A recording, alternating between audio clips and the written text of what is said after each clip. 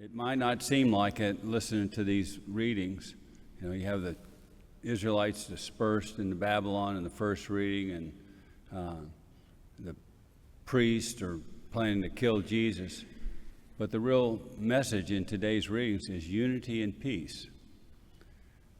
So in our first reading, the prophet Ezekiel, it's about 580 years before Christ, and Israel is destroyed. All the people have been taken off and dispersed in the pagan countries around Israel. 120 years earlier, the Assyrians came in, took the Jews in the northern kingdom of Israel, and dispersed them around to the countries, the pagan countries that surrounded Israel. And then in today's reading with Ezekiel, all the people in the southern part of Israel, the Judah area, have been taken off into exile into Babylon. King Nebuchadnezzar's forces have destroyed the temple and they burned Jerusalem. There's nothing left in Israel. It's destroyed.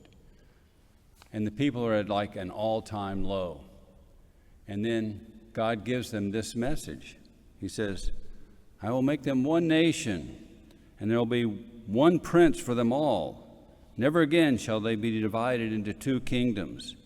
My servant David, of course, David died in the year 1000 BC, so he's really talking about Jesus. My servant David, Jesus, shall be prince over them.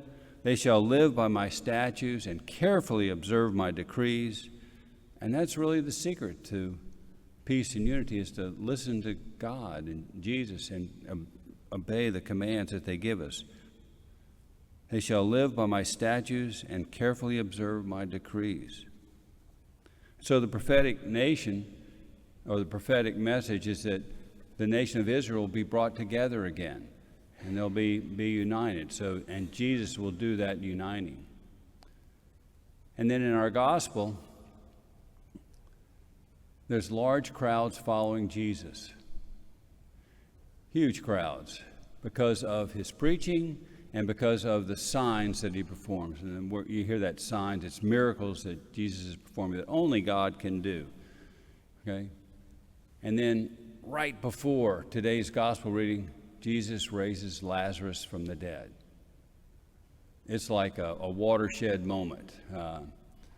Lazarus had been in the tomb and was rotting. It was like 4 days or more, something like that he had been in the tomb. And Jesus raised him from the dead. And then these massive crowds are following Jesus.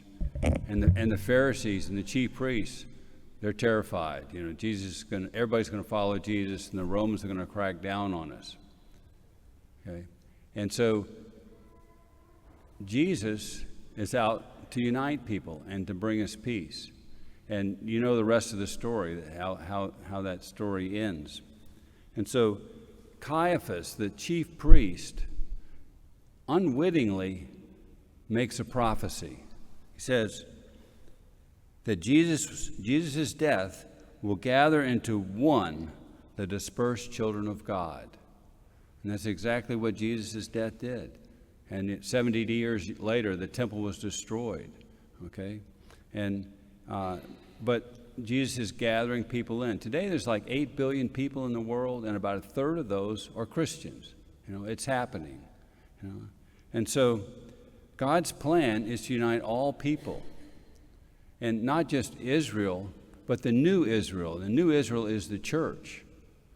And so as we enter Holy Week, even amongst the division, the wars, the strife that's going on in the world, Jesus is gathering us in.